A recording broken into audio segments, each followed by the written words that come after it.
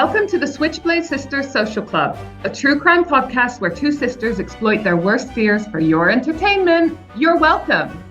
I'm Dee. And I'm Rhonda, and together we are the Sake Sisters. For more information, check out our website at www.switchbladesistersocialclub.com or find us on Instagram and Facebook at Switchblade Sisters Social Club.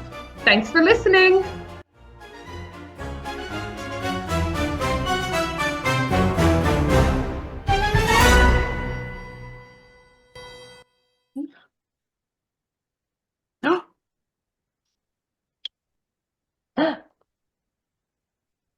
We got Kraken and Coke. So, hi, this is Switchblade Sisters Social Club. My name's Dee. And this is Rhonda. And today we've got our guest host. We've said that she might as well be another host on the podcast. We've got Isla of Criminally Good Books, York. Yay!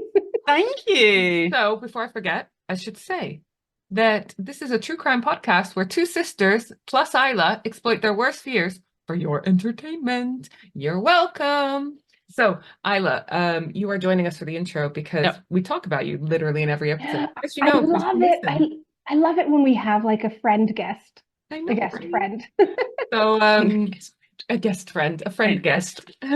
So, I am up here in York with Isla, helping her out with some bookstore related stuff. And it's just so exciting because if you are interested in the true crime world, which I don't know why you're listening if you're not, then the fact that there's going to be a bookstore dedicated specifically to true crime and crime fiction is so exciting. And by the way, I don't know where most of our listeners are based, but York is like an hour and 45 minutes on the train from King's Cross. So, and it's super quick. It's such a cute city as well. Like it's small enough that you can visit it in a weekend and stuff like that. So the shambles are amazing.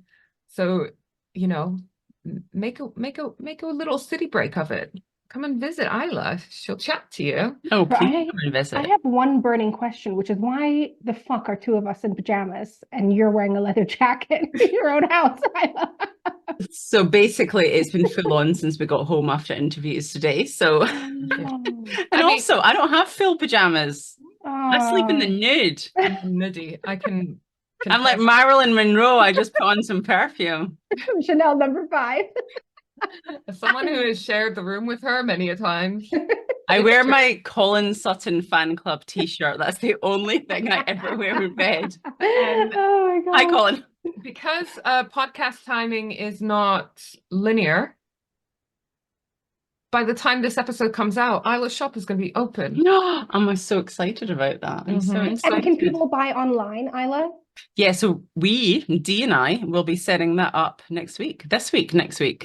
Yeah, so by the time we open, yes, they can buy online. So you'll be fucking global. Yeah. That's an international fucking business. But can I just say that we did interviews today. That's part of the reason why I came up this weekend. And we met some adorable people. Like everyone we interviewed was amazing. You remember like when we went to CrimeCon, how everyone was adorable? Yeah. It was like that. Like we could have... There's no dickheads into true crime except for the one. Yeah, but we don't talk about him. But he's welcome to send us flowers, but we don't talk about him. Yeah.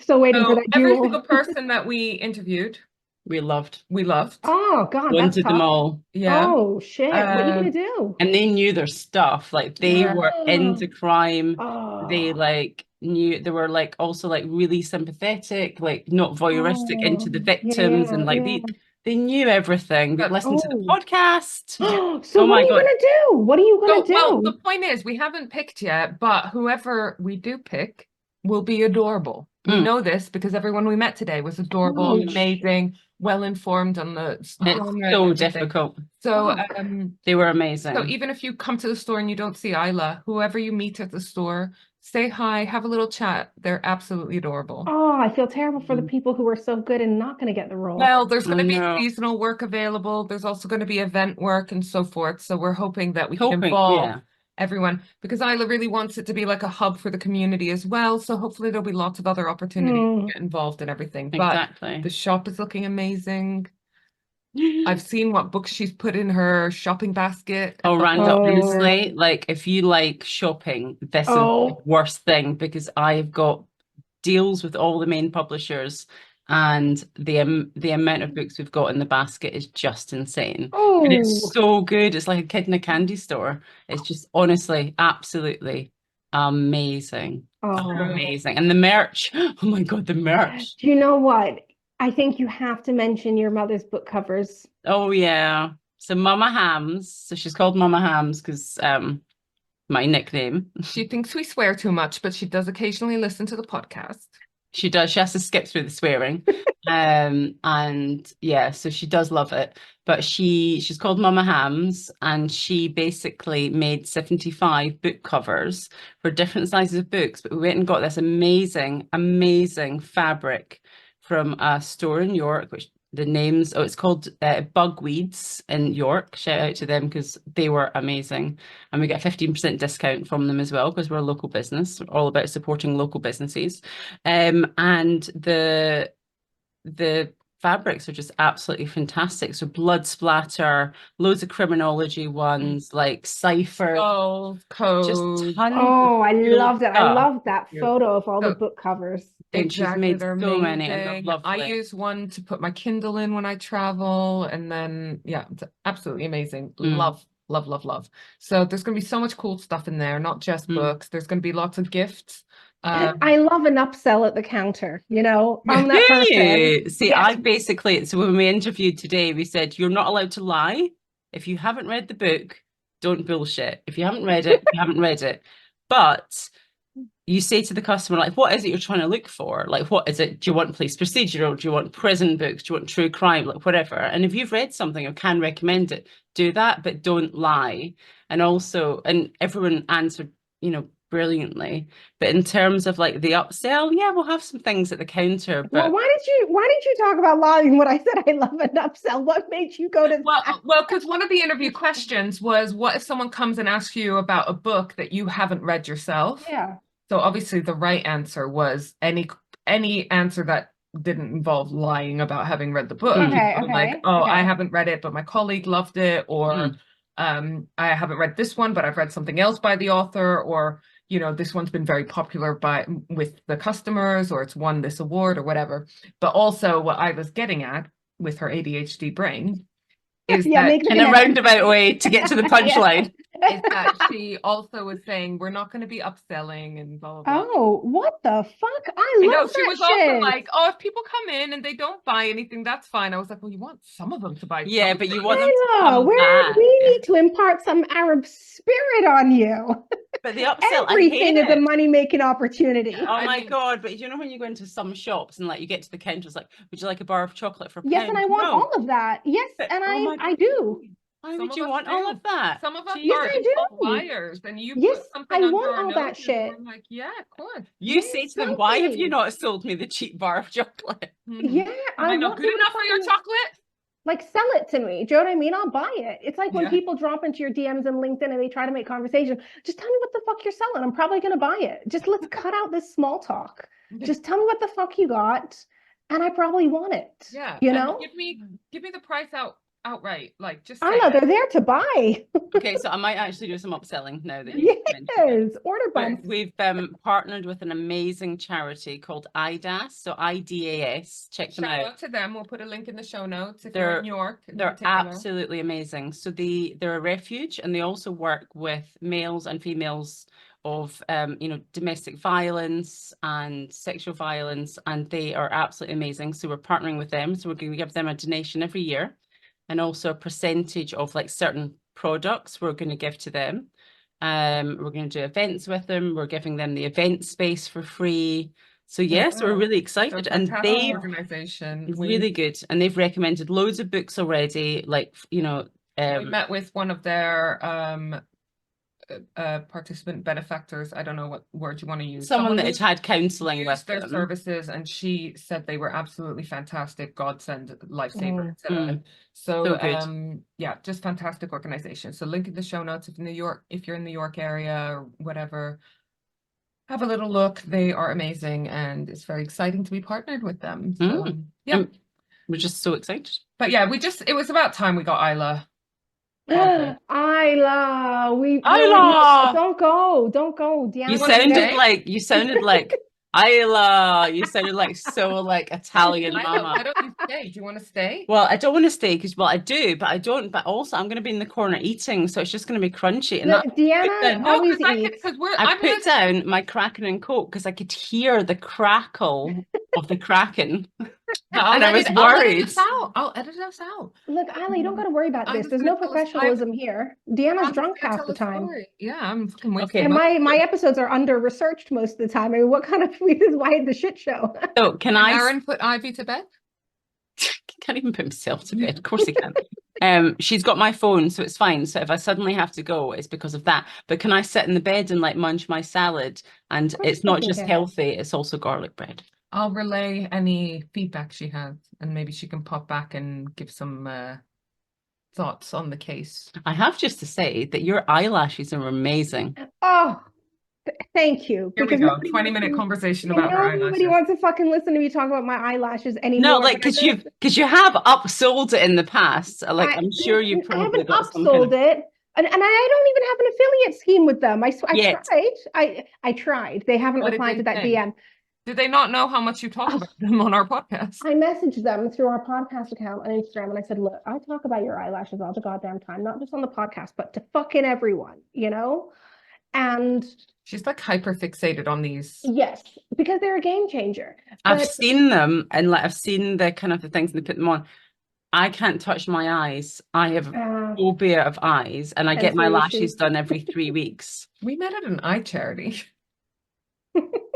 You know when they say I mean, when we you've weren't- got a fear, throw Yeah. yourself into it. So I spent the best Aversion part of therapy. 16 years working with eye charities. It's like that's You some weren't allowed phobia. to actually touch people. Yeah, we didn't touch people's eyes. Did you always get that where you're like, oh, I work for St. John Eye Hospital, and they're like, oh, you're a surgeon, and you're like, No. Do you know what's funny? Because people either are fine with people touching their eyeballs or not. Like, I mean, like for I can all the- touch mine now. Look, Yeah, I was just gonna say that I can. For all the weird things that I have, the weird phobias and foibles, eyeballs is not one. eyeballs not one of them. I can Weird. touch them, but it's the eyelashes that I have a problem with. And when I get my eyelashes done, So I boring. tense up and scream and make noises like when I used to in the office when like I read an email and I went all the time. So I do that. I'm so it'll be sorry. interesting Can I just because- say sorry to our two male listeners, Mark and Sam? For Sorry, this have you seen conversation. Richard E. Grant? He had eyelashes on the other day, so don't apologize to your male Oh. listeners. Yeah. He's straight. He's got eyelashes on. Check it out, Richard E. Grant. I just have to say that actually Isla will be hilarious on this podcast because she's known for like her over exaggerated reactions to anything.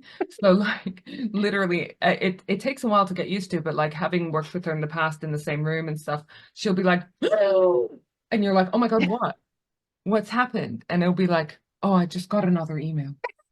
Just You know? like nothing big, but because it went into my Oh my inbox and it looked really exciting or interesting or It, scary. Or she'll be like, Yeah. oh, fuck. And it's like, what? Oh, just the person said they're going to be 3 minutes late to the meeting. You know? Oh my God, it reminds me of doing Instagram training with you, Isla. You do Instagram training. Have I been trained in Instagram? Yes, what the fuck? Well, you're on Instagram 2 now and days you weren't a doing it. year ago. So We spent 2 fucking days doing it. How do you think you know how to make a Oh, reel? is that what that was? I thought we were just David Lloyd having lunch.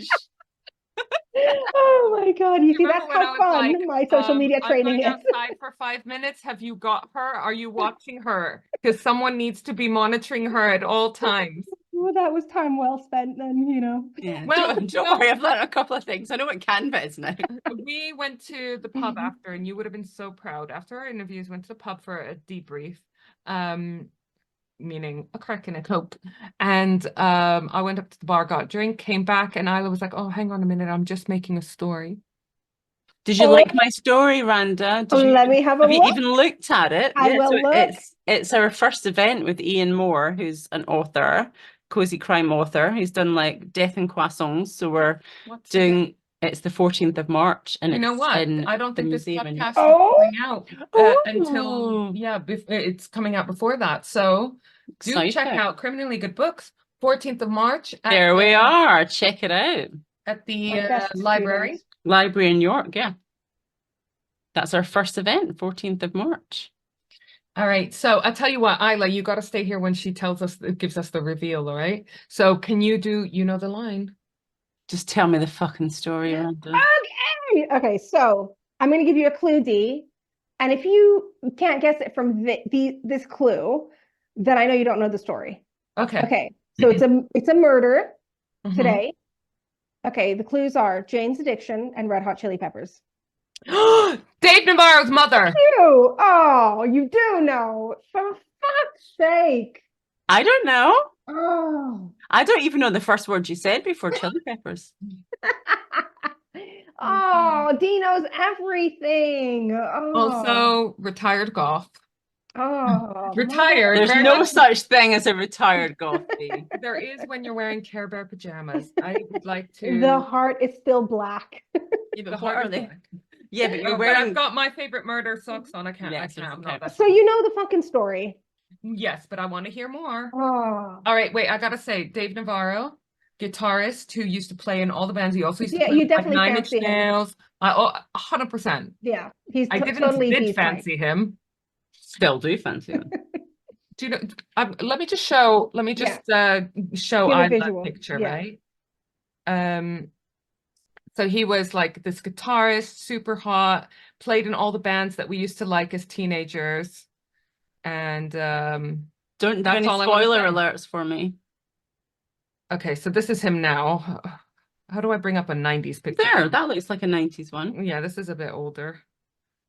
But yeah, he was just a beautiful man. Beautiful, beautiful man. With a great jawline. Great jawline, Mm. great tattoos. Yeah, so I agree in the jawline. this is him more when we were younger. There's a picture of him almost tattooless, so that's how you know it's from ages ago. Yeah. Because you can Oh, see. interesting. Right, so that's him.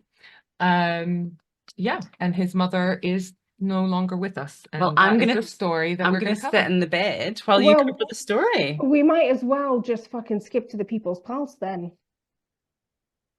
If you know the fucking story, D. I'll send you the notes, Isla. Just skip to the people's pulse. I mean, there's a small element of the listeners of this podcast who might want to hear the story. Ooh. And also, I don't know the details. I don't know the Okay, details, but how okay. weird, because I thought about covering this. Oh. You probably read a fucking book on it already. No, I haven't. I honestly, I Okay. don't know the details. All I know Okay. is that Well, can I start? I would love it if you would. Okay, great. Okay. Wait, Isla, So- you're going to go sit in the corner and eat your garlic bread like a I'm- good girl. I'm going to go sit and eat my garlic bread like I'm a good girl, me. Off she goes. I wonder if our listeners knew that she was Scottish. Am I?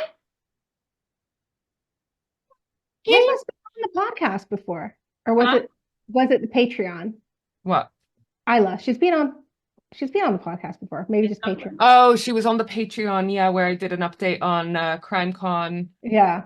Glasgow. Yeah. Yeah. With best facial expressions in the I background. just wondered if it was a surprise to some people. They're like, oh, she's Scottish. All right. Okay, let me tell you the fucking story. Okay, so March the 3rd, 1983, the year you were born, Constance Hopkins Navarro, known as Connie, of West Los Angeles, WeHo. No, West Los Angeles is not WeHo. No. That's West Hollywood. And her friend Sue Marshall Jory of Santa Monica were gunned down in Constance's West Los Angeles apartment. I did not know she was with a friend. Yeah, so I Connie know was nothing 41. about this case except that it happened. So Connie was 41, Sue was 42, and what follows involves an 11-year manhunt, a media frenzy at the time, and due not only to the shocking killings, but because Connie had also been a successful model and making TV appearances in commercials and entertainment shows like The Price is Right. And she looked a lot like Sharon Tate. We will put pictures on our socials, but I'm just Googling a picture of Connie. Yeah, for visual. It's just nice being able to visualize them, right? Oh, well, she's stunning. You're right. She does Yeah. look like Sharon Yeah, Tate. very Sharon Tate-like. Gorgeous. So David Navarro must look like his dad. Oh, he's also gorgeous. Oh, no, I don't know. Do you know what? She's got a strong jawline also. Mm. I don't know. Anyways. So what makes this also interesting is that she is the mother of Jane's Addiction and Red Hot Chili Peppers guitarist Dave Navarro, who we talked about. So in 2015, Dave Navarro and his close lifelong friend Todd Newman released a documentary called Morning Sun, detailing the hideous crime and how Dave's life unfolded after his mother and her best friend were killed when he was 15. So as per the wishes of Sue, Connie's friend's family, the documentary centers around Dave Navarro himself and is told mostly from his viewpoint. So Dave Navarro says in the documentary trailer, "It's the most profound moment of my life, and I don't think I should sweep it under the rug anymore. I allude to it in this mysterious, dark, you don't understand kind of way. Let's call it what it was. It was the darkest, most horrible moment of my life." Yeah, no shit. Not only did he lose a parent at 15, which is already horrendously young, but in an awful way. And also the 11-year manhunt, so not even catching the guy for that long after he killed his mother. So Dave's parents separated when he was 7, but they maintained a good relationship. And divorce for Connie was a new chapter, like a greater sense of freedom and the life of her own, rather than an escape from something negative. Yeah. And her home was a hub for the neighborhood kids, like a place that they felt really welcome. And it seemed that everyone sort of viewed Connie and Mike, her husband or ex-husband, like together or apart as cool people. So Connie meets Dean, her new partner, in 1981, 2 years before her death, and he was a charming Muscle Beach type bodybuilder guy. But really, he's a con artist and a career criminal. And she thinks he makes money through bodybuilding and personal training, but he's mostly into burglary and petty crime. And they didn't, What a guy. Yeah, they didn't live together. He had his own place, but he was there most of the time with her. And Connie, who was generally very open with her son, never really shared anything about the issues between them. Dave Navarro starts to why hear would you talk to your 15-year-old about your relationship issues? But he's old enough to, at that age, you're kind of old enough to be aware that there's problems that being kept from you. So Dave starts to hear things, and the mask is sort of starting to slip from Connie. She would tell people she'd been in accidents to explain away the bruises that they saw. They ended up having a really toxic on and off relationship. And they break up, and Dean is stalking Connie. He would hang around down the street, call her constantly. On the occasion, he turns up. One occasion, he turned up to a business lunch and threatens the guy she was meeting. In the month before the murders, Connie asks a friend to drive her to a restaurant to meet Dean because she didn't want him to know what car she drove. She asked a friend to pick her up in 2 hours, but when she came back, the friend was gone. He had kidnapped her at gunpoint, first forced her to drink a bottle of liquor, but eventually let her go after spending a weekend confined to a hotel room. What? So he held her hostage for a whole weekend? Yeah. So the weekend before she died, she was staying with Mike, who's her ex-husband, because she felt unsafe. Alarm bells started to ring when Connie doesn't show up for an appointment. And at this point, Dave is in high school. He's 15. He gets a note to go to the office at the school, and his dad's on the phone who tells him he's coming to pick him up early. And Mike wants to go look for her because she didn't show up for an appointment. At this point, they don't know what's happened. Dave doesn't go with Mike to the mom's house because he stays at the dad's house. But Connie's friend calls Sue's number looking for Connie and speaks to her 13-year-old daughter. And she says that Sue never came home that night. So she says, so Sue's got children too, or at least the child. Oh. Yeah. So Mike gets to the apartment, and when the door opens, their cat runs inside. And instead of going to the bowl, like it usually would, it darts up the stairs. And Connie was laying in the hallway, partially inside a closet. Susan was found face down in the upstairs bedroom. Mike calls his nephew, Dan, whose office is only down the road, and he's screaming to get to screaming at him, telling him to get to Connie's house. When he arrives, he sees Mike at the door in handcuffs. So the police take the cuffs off, and Dan asks, does Dean know where you live? And because that's where Dave was, Dave Navarro was at Mike's house. that's where Dave is. And in fear for Dave's safety, he tells police they need to go back to Mike's house quickly. And so the police and Mike and Dan, the nephew, arrive and have to tell Dave what has happened, but they still at that point haven't found Dean. So Dave they know right off the bat that it's probably Dean. Yeah, because by this point, you know, Connie had already stayed at Mike's house, her ex-husband, because she felt told unsafe. people, if not the police, she's told people. Yeah, and also remember she had the friend waiting for her, you know. So at this point, people are aware that Dean is dangerous. So Dave always stayed with his dad on Wednesdays, but this week his dad had plans, so he stayed on the Thursday instead. And that was the Thursday that Connie and Sue were killed. So Dave describes. So Dave could have been at home if. Yeah, it could have been at home and. Oh no, he would have been at school anyways. He was at school, but I mean, still, he might have been the one that had found them if he'd come home. Yeah, or it could have happened to him too if he was there. So Dave describes the funeral as a circus. There was news crew, police, security, because remember she was well known. She was a model and on TV. And the guy was not apprehended at this point. Yeah, or found. So he replays it in his imagination how the scene unfolds. Did they get the chance to try and run? And Dave, you know, became consumed by these thoughts. And the guy is still out there. So he lives in fear of Dean coming back and hurting him or his dad. So at this point, Dave starts acting out, you know, as any teenager who's lost their mother to murder most likely would. You know, he was often pulled over for speeding, but the police would let him off because they knew about what happened to his mother. And his dad, Mike, through his grief, said that he was blind to what his son was doing in terms of reckless behavior and drug use. And probably being lenient with him because they're making allowances is probably not, it's probably the worst thing that you could do. Yeah. In that situation, but Dave describes having an obsession at that point with self-destruction.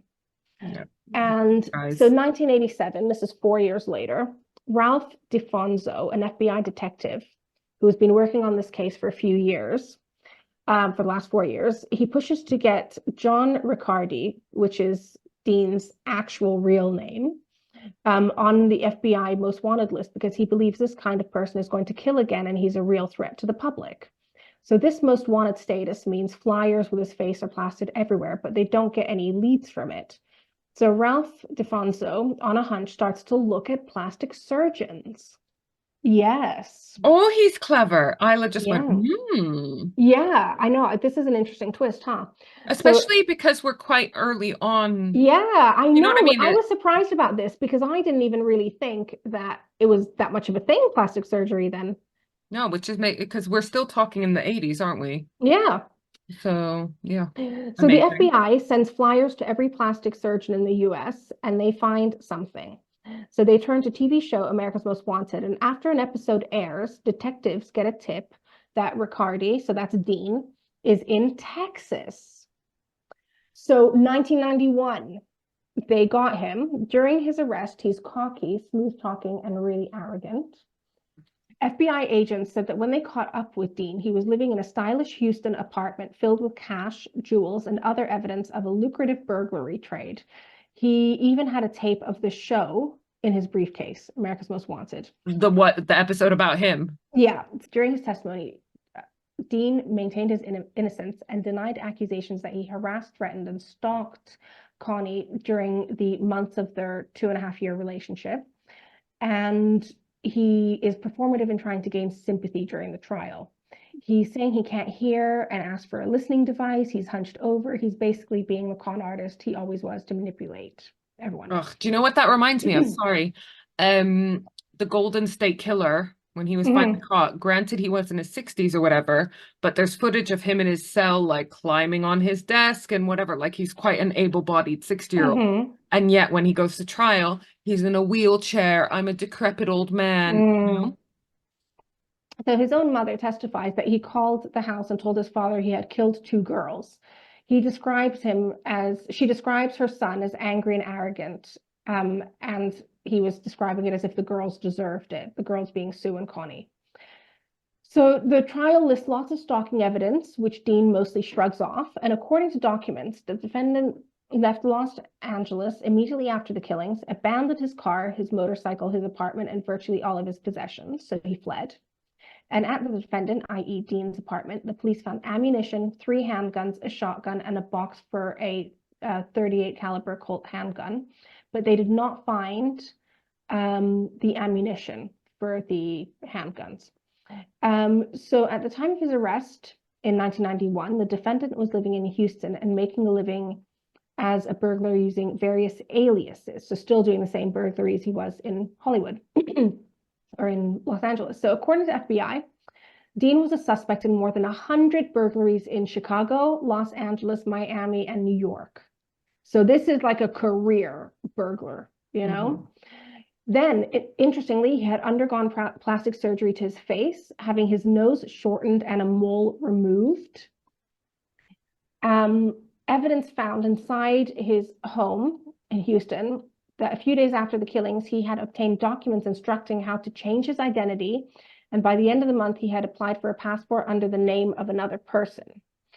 And in April 1991, while at a hearing in a federal court in Houston, he tried to escape by kicking out a 10th floor window.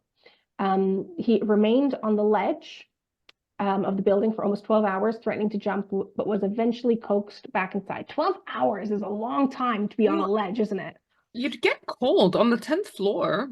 And also, how the fuck? They got some good balance. 12 hours. Well, I'm guessing if he's a bodybuilder, he's got strong muscles, because like the core muscles, you would need to stay on a ledge for that long. Yeah. I was wondering about the logistics of how you stay on a ledge for 12 hours, but I mean, also, how big is a ledge, right? yeah. But yeah.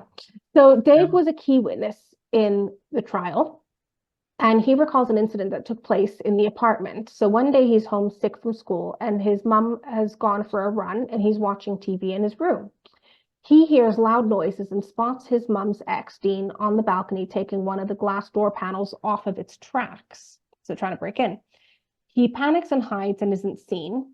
And Dean has had to climb up to the balcony to do this. And he's likely been watching the house, waiting for Connie to go out for her usual run. Assuming that Dave's at school. Yeah. So Dean enters the apartment and walks downstairs. Dave is obviously shit scared. He knows this is a dangerous guy. And he has the idea, really quick thinking, to call out to alert him of his presence if he finds, He has an idea to call out to alert him of his presence, because if he finds him, he's in real trouble. So he says, "Mom, is that you? Mom, Dean, is anyone here?" And Dean is then like, "Dave," and Dave comes out saying, "Oh, thank God you're here. I think I heard someone trying to break in." So it's really fucking quick thinking. Oh, bless him, for a 15-year-old. Yeah, he's obviously learned survival instincts from this, having this dangerous guy in their lives. And so they're both then in this weird play acting scenario where they are suspicious of each other, and they both kind of know that they're both pretending. So Dave's pretending he doesn't realize Dean broke in, and Dean is pretending he believes Dave's act, Yeah. So Dave, then Dean says to Dave, "Dave, come here, I want to show you something," and takes him to his mom's room, reaches under the bed and pulls out a handgun. And so Dave starts to run. Dean grabs him, puts the gun to his head, and pulls out handcuffs that he already had on him. So he'd already arrived with handcuffs.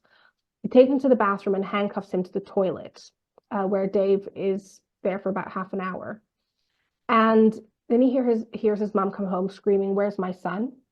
And Dave thinks that he and his mom are going to die that day. He hears him knocking her around. So he hears Dean, knocking his mother around and lots of shouting. Dean comes up, takes the handcuff off Dave, and begs him, weeping, not to tell anyone. So in recounting the incident, Dave realizes maybe he never even told his mom about the gun, or that he was handcuffed or couldn't get to her. He knows that if he tells anyone, especially his dad, he will confront him, and he doesn't want that because he's scared of what he might be capable of. That Dean might kill his dad. Yeah, and doesn't want anyone to get hurt after what he's been through. So can you imagine all these like difficult decisions in Dave's head, trying to protect For his a child again. Yeah. A child. So words from Connie to Dean were read in court. And it said, "Dean, it's Friday night and I'm alone trying to get myself to think about getting my life back together. I'm so sorry you are still so angry and that you feel a need for vengeance and punishment. You are accomplishing your goal. I feel like a walking dead person. I fear for my life. I look behind me all the time. I can't go to my car. I can't go to my home. The smallest sound of movement makes me jump. The sound of my phone is now frightening. And this is what she had, written to Dean. So on the night of the murders, I mean, like you said, sorry, when she went to meet him and she didn't want to even drive her own car because she didn't want him to know what car she was driving. I mean, that's terrifying. And he has a history of stalking as well as violence and burglaries. So on the night of the murders, he has a gun, Dean. He enters the apartment and hides and waits. There's a confrontation in the hallway, and Connie is shot twice. Sue runs up, and he shoots her too. He takes Connie's body, drags her into a linen closet to try to hide her away, takes a pillow and puts it over her face to suffocate her. It takes the jury just 2 hours to deliver a guilty verdict and request the sentence to be, death. And in the documentary Morning Sun, it shows a glimpse sentence to death. So the documentary Morning Sun shows a glimpse years later into Dave's life when he's a rock star. And Jane's addiction are becoming popular, but this isn't drug, sex, and rock and roll. This is seriously dangerous addiction he's consumed by. There's footage of him shooting heroin and sending pictures to a friend of himself naked, holding a gun to his mouth. He was very visibly struggling. His friends described the weight of the possibility of finding him dead at any moment. And Jane's addiction are a leading name in the grunge rock scene at that point. So a great band. Yeah. So, if you're into Nirvana and Red Hot Chili Peppers, you probably were aware of Jane's addiction. And he eventually pulls himself out of this destructive spiral and kicks his addiction. And he's kind of like, story of the people sort of who've gone through hell and come back stronger and, reformed. So 2012, the death sentence is overturned. The California Supreme Court reversed the death sentence and convicted in 1994 for the 1983 murder of Connie. And Dean was also convicted for the murder. Sue. Yeah, Dean was also convicted for the murder of Sue at the same time. So the state's high court ruled that Dean, now 76, was denied a fair trial because the trial judge erroneously excused a prospective juror during jury selection, according to City News Service. So this is 2012, and the original. So because they dismissed a potential juror, but they supposedly got 12 or however many jurors it is, appropriate jurors. It doesn't even make sense. I don't understand the American justice system at all. I'm sure. Just let it shit. Yeah, I know that the UK's also has its faults, but there seems to be just so many inconsistencies in the States. Well, we know there is because every state has different fucking laws. Yeah. Which is so bonkers. But yeah. So March 17, 2013, this is the year after his death sentence is overturned, Dean's. Dave Navarro was heading to San Quentin prison. And Dave, so that's where Dean is being held. So Dave said, there was a pattern in my life since I was 15 years old that haunted me in every decision that I ever had since then. And I, as an adult man, said, you know what? Fucking enough is enough.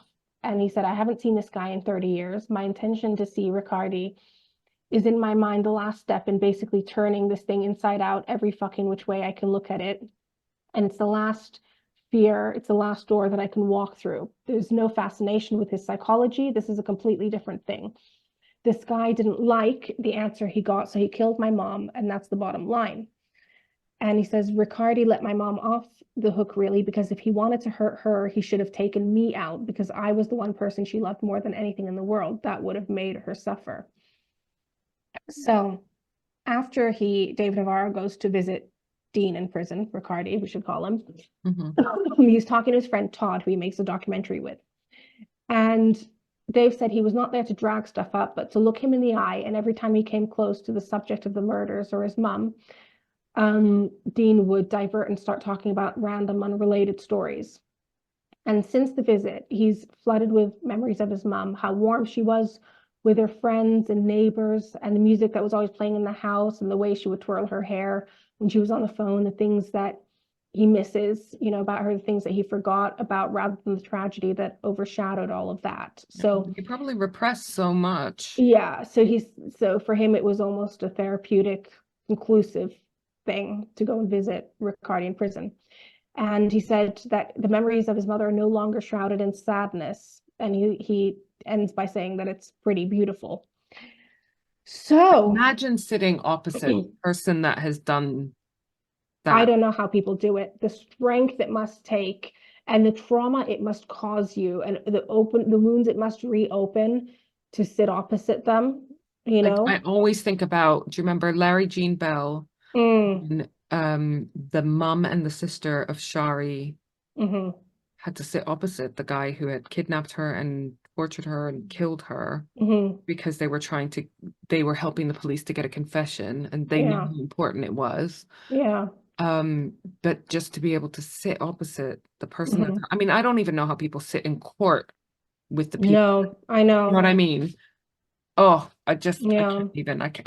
Oh, yeah. So the death sentence in 2014 was reinstated, and 2 years ago, um, Riccardi left death row. He was one of the oldest people on death row in California, but he was resentenced to life without parole. I So think that's California doesn't have the death sentence anymore, so maybe that was mm, part of it. They were becoming not in favor of the death sentence. I mean, you yeah. and I, we're in favor of people suffering for the rest of their lives rather than having the death Mm. sentence. But anyways, So I that's the think it's a current different status. kind of inhumane torture also, having people on death row for years and years. Mm, That's next level, yeah. which, So yeah. So anyone who's interested in finding out more or seeing the documentary, it's called Morning Sun, as in SON, and morning as in MOURN. And Do we know what so, platform it's on? Because I haven't actually seen it. nope. All right, well, we'll find it and we'll put it in the show notes. And we'll put the rest of the sources in the show notes as well, but they are NME, Case Law, Laced.com, UltimateGuitar.com, and Morning Sun. I will also add some Jane's Addiction and well, there is already some Red Hot Chili Peppers, but my favorite Jane's Addiction song, Being Caught Stealing. They're a good band. They're a good band. And also shout out to Porno for Pyros. Also, what's the guy called from Jane's Addiction again? Farrell. That's it. Yeah, Barry yeah. Yeah, he was on a reality TV show about 15 years ago, I think called Rockstar Wives or something. Yeah, so it was like imagine the Real Housewives, but for like it was oh, Guns N' Roses guitarist's wife, not Slash, the other guy. Barry was another very beautiful man. And yeah, his wife was cool. Yeah. And yeah, it was a really good show. I think it was called Rockstar Wives or something. Oh, But yeah, he was in it. He was in it. Funny. why am I not watching guy. that drunk? Yeah, I know. I think it's on Hey You, but yeah, that was a good show if anyone's into reality TV and 80s and 90s rock. Yeah, this is a good one. Oh, amazing. And Oh, I think Gene Simmons was in it too. Gene Simmons and his wife. Yeah, it was a good show. Hmm. Anyways, that story I found really sad because they're all sad.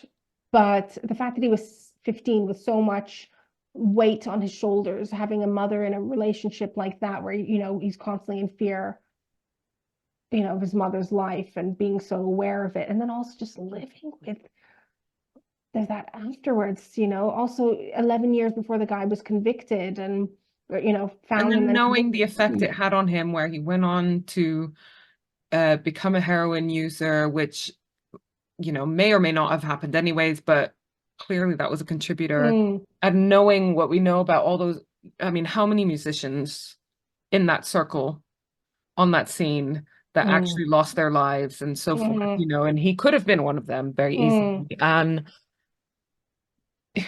yeah, it's just the amount of suffering that he has had and continues to have.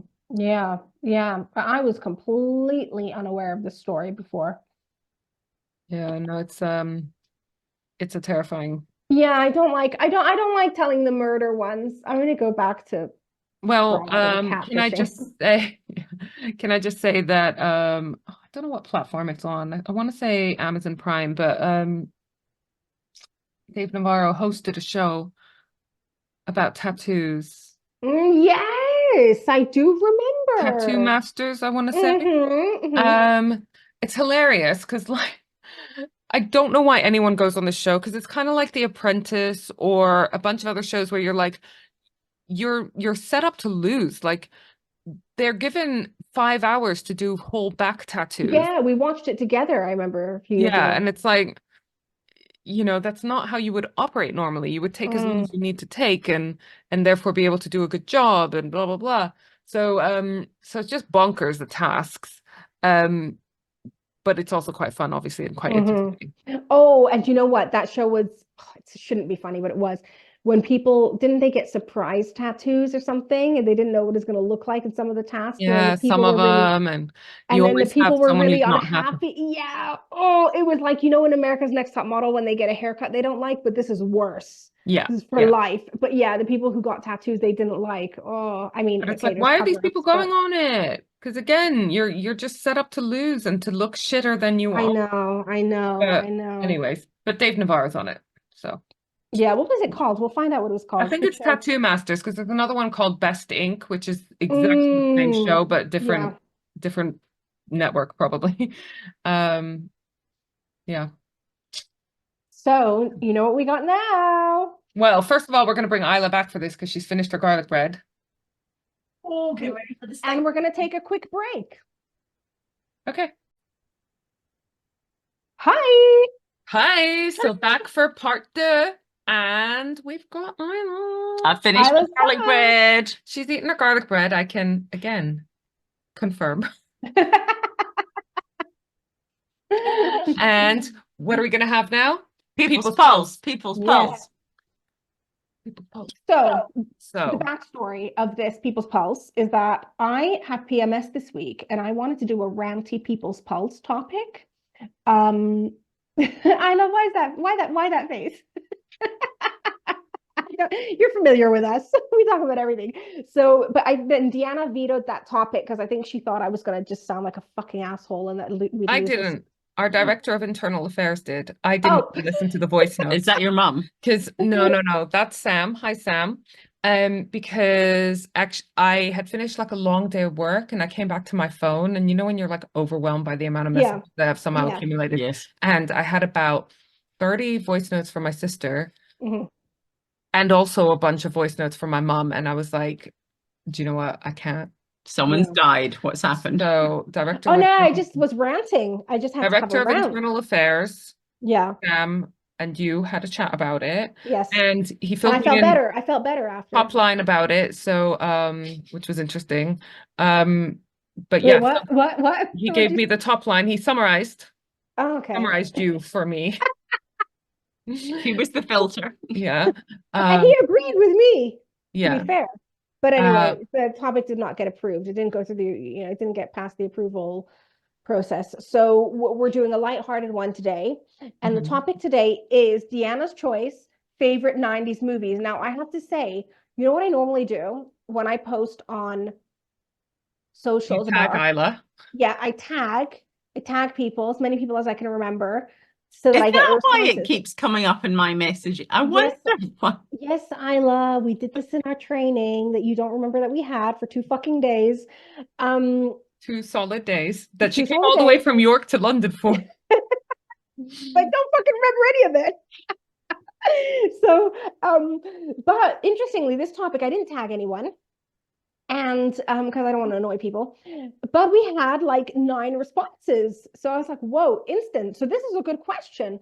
And it's funny, it's so interesting because Isla, what we're saying is like the when we post about shitting ourselves, like, When the questions are about bodily functions, we get inundated with responses. I yes. can imagine that because I like a good poo chat. Yeah, who doesn't? And we know our audience well. And then That's all we talked sometimes, about when we worked together, Dee. oh yeah, I mean, That's all she talked about.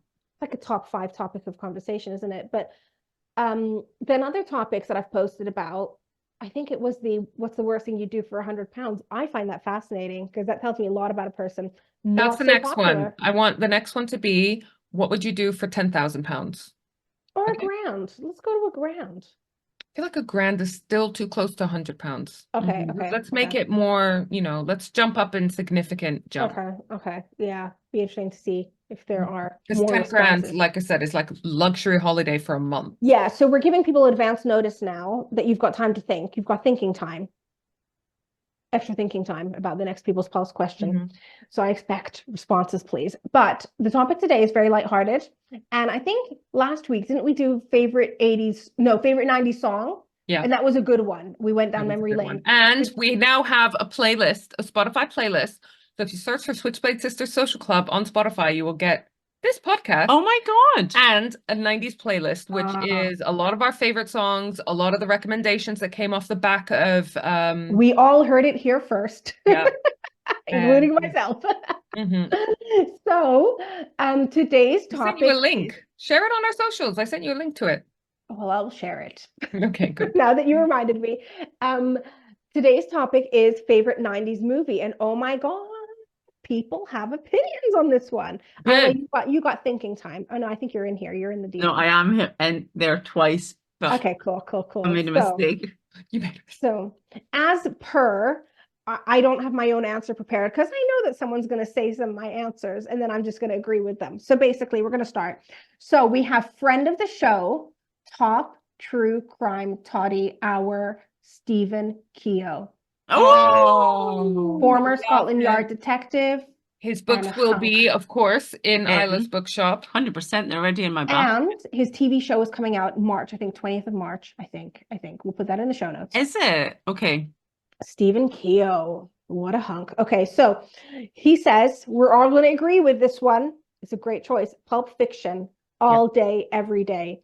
I still quote lines from it now and associate it with every song from the soundtrack. In fact, a friend did at lunch yesterday, an absolute classic. Stephen Keogh's words, exclusive quote from Stephen Keogh. Yeah, I've never watched it, Pulp Fiction. Oh, what the fuck you been doing? All right. Okay. So next time I come up to York, or this time I'm in York, we're going to do movie night. Yeah. Tomorrow. Right, cool. Yeah, I would like to throw in most of Tarantino's films from the 90s. Isla was raised in Joseph Fritzl's basement to not fucking know that film. I don't think I've ever met anyone who's not. Deanna's gonna cut that out. Yeah. I can tell she's gonna cut something out because she's. Or are you? I'm more worried about the world knowing you haven't seen Pulp Fiction, to be honest. Anyway. I can tell when Deanna makes that face, that disapproving face of let's just move on quickly. Okay, so our Michelle, who has designed our logo, our podcast artwork. Hi, Michelle.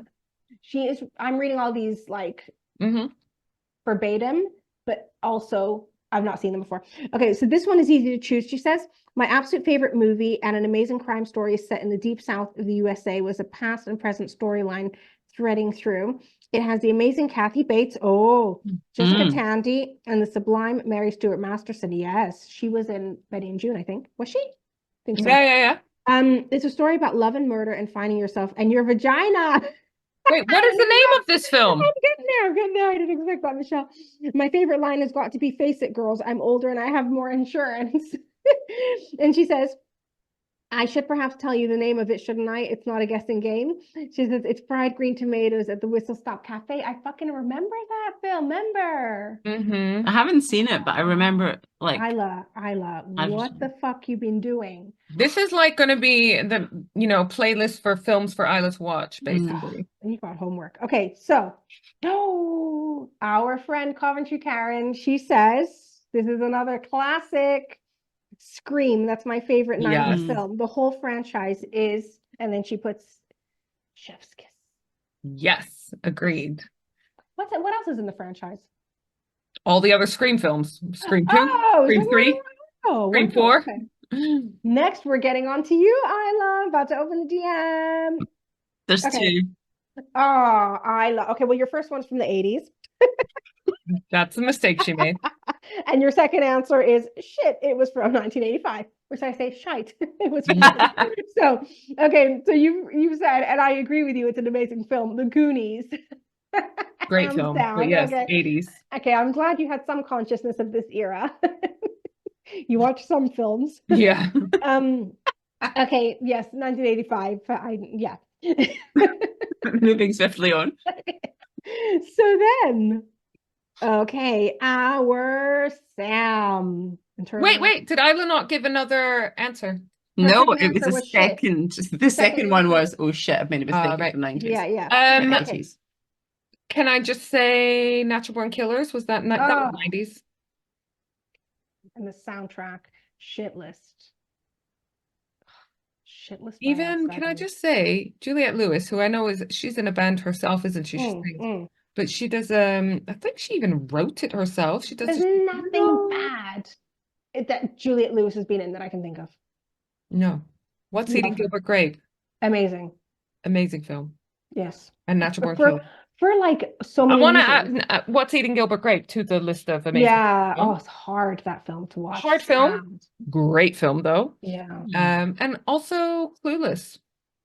We're getting there, Dee. We're getting there. It's not about us, the people's Right, pulse. no, but it's a bit about us. Our freaking podcast is not about It's us. not about our guests, the But people. you're right. This is People's Pulse. Our guests, our listeners. It's about the people, Dee. By the people, for the people. Okay, so Sam. Sam. Bam. Our director of internal affairs says he agrees with, who does he agree with? Stephen Keogh. Yes, he agrees with Stephen Keogh. And he says also me. To come to mind, and still one of all-time faves is Pulp Fiction. Sam, he knows. Doesn't Sam have a Samuel L. Jackson artwork? Yes, check that out. Lazy Mule Art. Check it out if you like Samuel L. Jackson, and who fucking doesn't? Okay, now we have. It's Snatch 90s as well. I don't know if I think that's 2000s. One moment. 2000s. Are you allowed to jump ahead and give suggestions while she's reading it out? Oh, do you know what? It's 2000. Isla, does Deanna ever not interject? I can do what I want. Snatch is 2000, and the reason why I say that is because he's got Bricktop. Yes, that's my favorite t-shirt. I've got my Bricktop t-shirt from Lazy Mule Art. Love it. Unfortunately, just sneaks past the 90s criteria. They probably started working on it in 1999. Yeah. Filmed in the 90s. It's just like the Goonies, how it didn't quite sneak into the 90s. By half a decade, yeah. Can I finish? Can I finish? Can I finish? Another great 90s film, South Park movie. Yes. Can I finish? South Park. Okay, I'm finished. Okay. So our dear friend, Mark, another hunk. Mark, you are a lovely man. He says, this is one, I know you like this one, Human Traffic. Human Traffic, great film. Because remember last time I said, off the back of your answer, if you want to know what the 90s club scene was, listen to Ebenezer Goodbye the Shaman, Human Traffic. I was just going to say, I bet Mama Hams would like that film because her favorite song is He's a good. Yeah. She still sings it. I love it. Age 81 this week. Well, I'll tell you who did their homework, as per, is our good friend Mary. Oh, Mary. Twickenham. She has sent a list, and this is a good fucking list. Oh, this is why we like you a lot, Mary. Okay, so this list, there's only one I haven't seen. The rest, fucking excellent. Okay, and I'm sure the one I haven't seen is excellent. Okay, so she says Leon, 3 exclamation marks. Love. I was talking about the film the other day. Leon, great fucking film. Amazing. Isla, you haven't seen it. Can you tell from I can tell by your face. No reaction. If you've seen it, you know it's amazing. Basically, I've heard of all of these, and I'm trying to think. I'm still about 1 minute behind thinking about Human Traffic and who was in it. What were you doing? You would know. I'm going to make a list of all of these specifically in the show notes, but I'll send them directly to Isla, and I will make it part of our relaxing homework time. Okay, good. I mean, to be fair, Isla's trying to open a shop, so she's busy, but you know, if you could catch up. But I wasn't in the 90s though, Randa. I don't know what you were doing in the 90s. I don't know what you were doing. You missed a whole decade. Okay, so Leon, great choice. Love it. Second, Blair Witch Project. Haven't seen it. Loved that. Saw that in the cinema. Oh, see, I'm too afraid to see that. Okay, Train Spotting. Mm-hmm. Beautiful film. The Fight Club. documentary about Isla's homeland, yes, Train Spotting. Do you know that my cousin is married to one of the actors from Trainspotting? Oh, really? Is this- You know this? And you've got another cousin who's in Travis? That's the cousin. Oh, yeah. shut the fuck up. I didn't know this. Yeah. That's The conclusion is interesting. that everyone in Scotland is Knows related. everyone else. It's like if you're Palestinian, you know everyone in the UK. That's all. Are you probably related know the to? girl we're going to see tomorrow. Like, Probably. probably related. Next choice from Mary. Love this film, Fight Club. Mhm. Love it. Great Great film. soundtrack. Mhm. Pulp Fiction again. Pulp Fiction's got a lot of votes, but that's because it was groundbreaking, amazing film at the time. Now, next film, D. This is one we love and hate. Love to hate. Hate to love. Seven.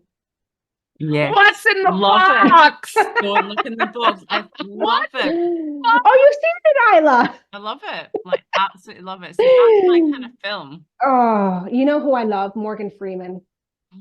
I was talking to Lynn the other day, and as anyone that knows that has been listening would know that Lynn is like the love of my life. And Lynn, is she her was idol. saying she wants Oh. Morgan Freeman to read her bedtime stories.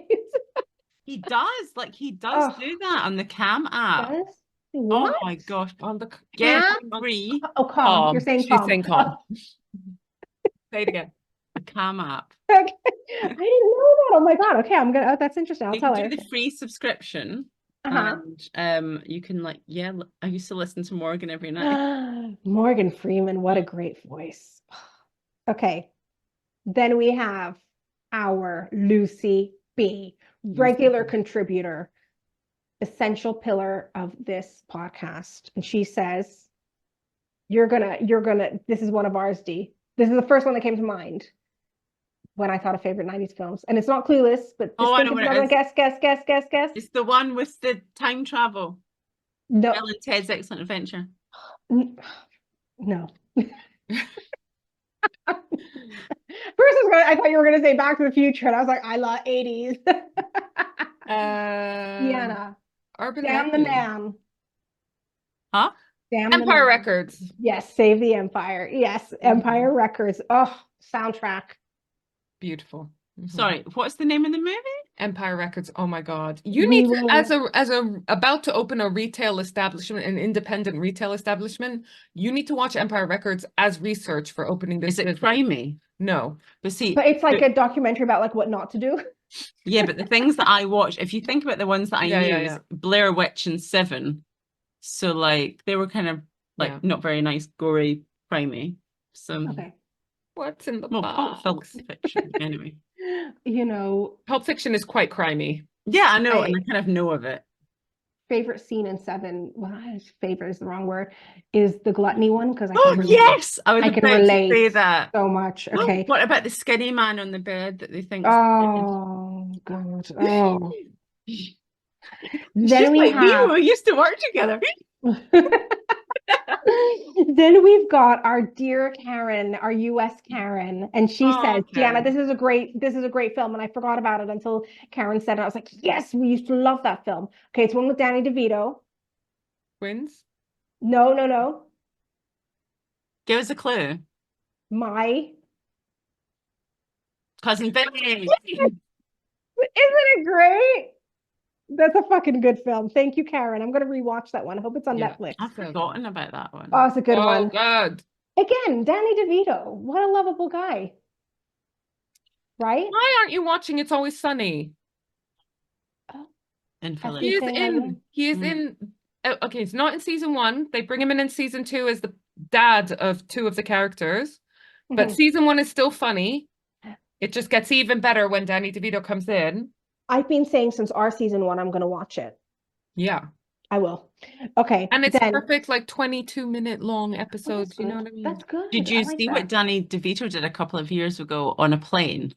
No. You read about that? No. So you're not allowed to smoke on a plane. Yeah. And he had like a stogie, which is like a cigar, like a Yeah, really yeah. thick cigar, Okay. and he was in first class and he really wanted to smoke it.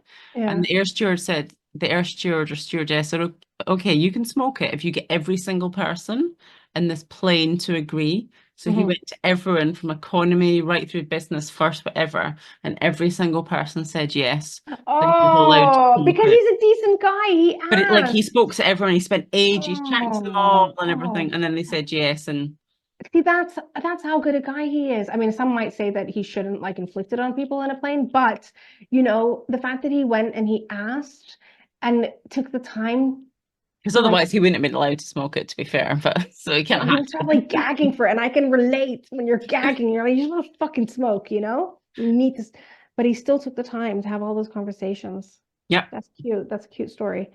Okay, so then our dear friend Jane. Jane says, this is Jane another one. says another great Jane addiction song. Sorry. She says, this is one we used to watch a lot, Dee. We shouldn't have, but we did. Pretty Terminator Woman. 2. Oh no. Sorry. Pretty Woman.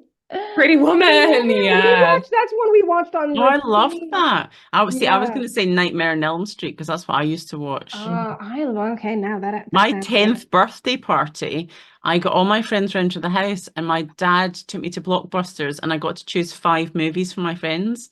And I chose like Nightmare on Elm Street and stuff. And my mum and dad got messages from the kids' parents saying that they weren't allowed to come back. I was just gonna say, I bet they weren't allowed, but oh no, that's so Sorry, sad. just remembering another film that I watched at like sleepover with friends. The Crow. Oh, I haven't seen that. Oh, The Crow. Oh, Another beautiful man. Brandon Lee. Because that was the film. Brandon Lee, son of Bruce Lee. Mm. He was in it. Mm-hmm. And there was a mix-up on set with the So gun. sad. And so he got shot in the filming because somehow a real bullet or a real gun. I That can't sounds remember. familiar, doesn't it? That's recently happened. Yeah. So then we have another one of our should-be co-hosts, Susie. Susie did her homework. So Susie, you're going to meet Isla at CrimeCon too. Oh, cool. Susie, you know what? I love the responses from People's Pulse because it really, I love our listeners more and more. They are our people, So this is what Susie says. Oh my God, I love a good film. She says this, Goodfellas, Yes.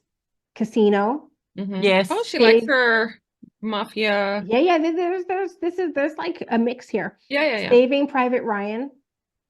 See, we were actually talking about this today. Not 100% with like war films. Because they're sad. Yeah. Like The Killing Fields. Oh, traumatizing. Yeah. Oh, and then the song at the end, Imagine, that scene. Oh, it fucking kills me, that film. Oh my God, it's so sad. Okay. So then Mrs. Zwick, did she make you watch it too? Yeah. Yeah, Mrs. Zwick. In history class. Love you, but we still have nightmares from it. Sorry, social studies. Right. I thought it was the name of a movie. No, but she made me watch it when I was in her class, and then obviously And the one about the people who disappeared in Argentina in the 80s, remember? Oh yeah. No, she did make us Can't watch it. remember the name of the film. Okay, then Susie says The Full Monty. Yeah, great film. And then she says this one we love, Interview with the Vampire. Mm-hmm. Then Susie says Clueless. Oh my God, she's really good. She's very good. And then she says, listen to this one, Isla. I know you've seen this one too. Drop Dead Fred. We used to watch that on repeat. Drop Dead Fred. Rick Mail. Yeah. Oh, can I just also, speaking of Rick vaguely Mail, remember it now. basically it was Phoebe Cates, actress from the 90s. She has this imaginary friend called Drop Dead Fred who comes back when she's an adult. I just started watching something and binged it on Netflix, Man Down with Greg Davies, who I love, who's the headmaster in Inbetweeners, yes, which, Taskmaster, and he's in a bunch of other series that I think is amazing. Never got around to watching Man Down, which is a series he created that's on Netflix, and his dad in season 1 is Rick Mayall, so it was just a nice little. And they look really similar, I think. Yeah, huge height difference. Yeah, but I do think but kind of. Yeah. It was a good. Can I finish? Can I finish? Oh God, okay. Reservoir Dogs. Yeah. Cruel Intentions. That was a great Oh yeah. Great film. The Lion King. Oh, sad. So sad. Pulp Fiction again. Reservoir Dogs. You said that You already. just said that. Did I say that? Romper Stomper? I don't know that one. Don't know that one, but we But you know will. what? Sorry, watch it. just So hang we've on. heard everything. We've like all the other ones we recognize, but that one. We know it's going to be good. Oh yeah, 100% it's going to be Then D, amazing. D, D. We know we love this one. Coming up, The Usual Suspects. Oh, such But a she good- says can't watch this due to Kevin Spacey being in it because he's yeah. a fucking perv, isn't he? 1990s was a great era for films, not even started covering the chick flicks. Then she says, forgot Devil's Advocate. Wasn't that Keanu Reeves? Brad Pitt. No, wasn't. No, that was No, you're right. Hang on a second. I Wait, think it's- one Google at a time. Romper Stomper. A group of skinheads become alarmed at the way their neighborhood is changing. Also, I just remembered Mallrats and Clerks. Sorry. Is that 90s? I think so. So I don't remember this film at all. no. Russell Crowe. Crowe. Oh, look at that! Is Russell Crowe? Yeah, I don't remember it at all. Oh my god! Sorry, what was the other film you said? Devil's Advocate, but I'm pretty sure it's Charlize Theron and Keanu Reeves. Keanu And Al Reeves. Pacino, I think. Yeah, it's definitely Al Pacino. Yeah, you're right, Keanu Keanu Reeves. Reeves. I'm Muppets thinking Christmas of- Carol. Dan, are you going to Google every film? No, just the ones that we have Okay. to debate about. Okay. Muppets Christmas Carol. Mm-hmm. I've actually Aladdin. seen it. Aladdin is Aladdin. good, yeah. 10 Things I Hate About You. Yeah, great film. My Best Friend's Wedding. Has she literally just gone online and looked at 90s movies? She Or- didn't need to because she These are knows. She the ones knows. that she She knows. knows. She knows what She will knows. Oh appreciate. my Yeah. god, she's so good. And then she says, need a film night and lots of popcorn. That is like a good fucking night with those films. Mm. Literally every one of those films that everyone's mentioned. I only don't know Romper Stomper, but I'm sure it's good. Every one of the films mentioned, love them. Well, you know what we're gonna do? We're gonna What are we watch gonna do? Romper Stomper at some point Yeah, because Susie, she Mm. knows. yeah, she knows. I would 100% trust a If recommendation. it's good enough for Susie. Susie, it's good enough for us. Yeah, 100%. Yeah, that was fucking amazing. Yeah, that was good. That was your choice of the People's Pulse, even though Thank People's you. Pulse is my responsibility. All right, next question. What would you do for 10K? Mhm. Start thinking, guys. Don't More wait thinking for Ron to time. do the post. You can message us anytime. We love hearing from you. Isla, did you know that we've now got sexy listener merch? Because you know how Did our I listeners know are that? so sexy? You know how our listeners are sexy? Well, obviously, You're look one of what them. I'm wearing. Yeah. Um, Can I I just didn't say, know that. today me and Isla were wearing the same, we were wearing Biba tops. And I'm both still of them. wearing mine. I've changed into my pajamas, but That's funny because it's not like a very common thing to wear in this day and age, Biba. Considering it's and not also I sexy. never wear any kind of branded anything, and it just happened to be the same as. It's not that weird. We've spent so long together that we've morphed into the same person. But then can I Um, just say very quickly that I did feel quite old when we were interviewing people today when they had Taylor Swift tops on. Ah. It was You know what I was super thinking the cool, other but they day? were wearing Taylor Swift stuff, and I was like, I oh. don't even know. I was thinking about this the other day. Like, I don't even know one Taylor Swift song. I couldn't sing it. I Shake couldn't It name Off. one. Shake it off. Oh. Oh, I will say she's got one cool song that is on my divorce playlist. Uh-huh. And it was recommended by someone for me to add to my divorce playlist. Mhm. We Are Never Getting Back Together. Oh, I do know that one. Is that her? Yeah. Okay. Okay. Where do people hear new music? On the This Takings is- talk. This is so funny that you're saying this because I literally talk about this every week with Aaron. Like, Where do people? what's yeah. new these days? Yeah, like Because where? I still listen to everything that's like old and I like. Yeah, still from back in the day. How the fuck did we know about music? We knew from MTV because we And didn't have radio. social media. Kerrang. Yeah, Or correct. Radio, magazines, MTV, magazines and MTV. Nowadays, how do people know? Like, Smash Hits magazine. And when your Yeah. friends or your boyfriends made you mixtapes. yes. I love a Um, good mixtape. Oh, it's the most exciting thing. If somebody makes you a mixtape, that was love. And because like we had Top of the Pops. What do they Yeah, got? and like countdowns and stuff on radio and like Top of the Pops, yeah. What the fuck do they got these days? Where do they go to find music? The TikTok. The TikTok. Is it really TikTok? Is it really TikTok where people go? We asked all the young folk today in the interviews, where do you find out about new books that you want to read? And TikTok. every single one, yeah, book talk. Book Talk, TikTok. What the fuck? Wow. So it's really interesting. So obviously we need to get the bookshop on there and we need to do more on TikTok. Fucking hell. My least favorite platform. By Wow. far. Because I don't even know. Like, Dua Lipa, is that her name? Yeah. Oh, I I love don't know. her. I don't know any of her songs. How do you know her songs? Oh, I know New Rules. Again, How, recommendations for the divorce playlist. New but Rules how did you find and out? I How Don't did you Give a find Fuck or something. I think as the social do media you- person, Randa needs to do some research on TikTok and then educate the Oh, rest it's of my us. least favorite platform, honestly. Do you know why I don't like it? Because like it is one of the platforms I use for a client, and there's so much hateful shit on there. Oh, I mean, really? people, Oh. yeah, vitriol, you're literally like whacking it away with a bushwhacker every time you post anything with an People be opinion. nice. Come I on, don't say know, anything yeah, online to and someone you also, wouldn't say to their face, you and know? it's also not the most usable platform. And also, as soon as you open up, it assaults you like a Yeah. sensory It's overload. too So, much for me. Every time I open it mm, up, I'm like, Jesus Christ, what are all these yeah. things flying around? What's I know it's my least I favorite can't even platform, then. but cut all this shit out because it's boring. Or And keep it in also, if it's we'll never not. get sponsored by TikTok if they hear this. Oh, All right. no. Patreons, you will know how much we dislike TikTok. But I know your average age, so I know you're on the same page. I don't even like opening a link when someone sends me a Oh, on WhatsApp to something on TikTok. I'm like, ugh. my favorite is LinkedIn. That's where I am in life. It's a good That's platform. I love it. because we're old enough to have watched 90s movies first time around. Mm. Mhm.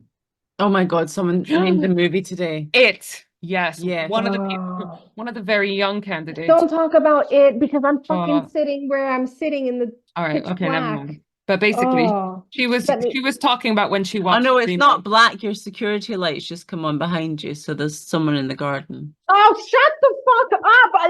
Don't let me go. Let me go. That's my. But it did actually come on twice Don't earlier. scare me. Oh my fucking God. Okay, can I go now? Can I go? I'm But scared. it did earlier, and I saw Shut like the the pillars. Isla, let me go.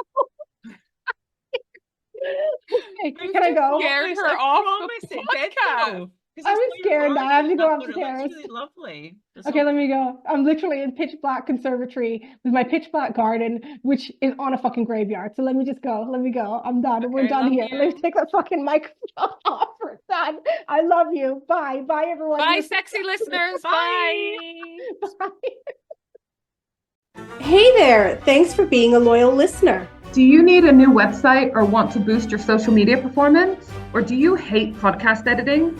You've tried optimizing your website and social media channels, but you're still not getting the listeners, downloads, and engagement you want? We, the Safie sisters, love helping people with tasks that they hate.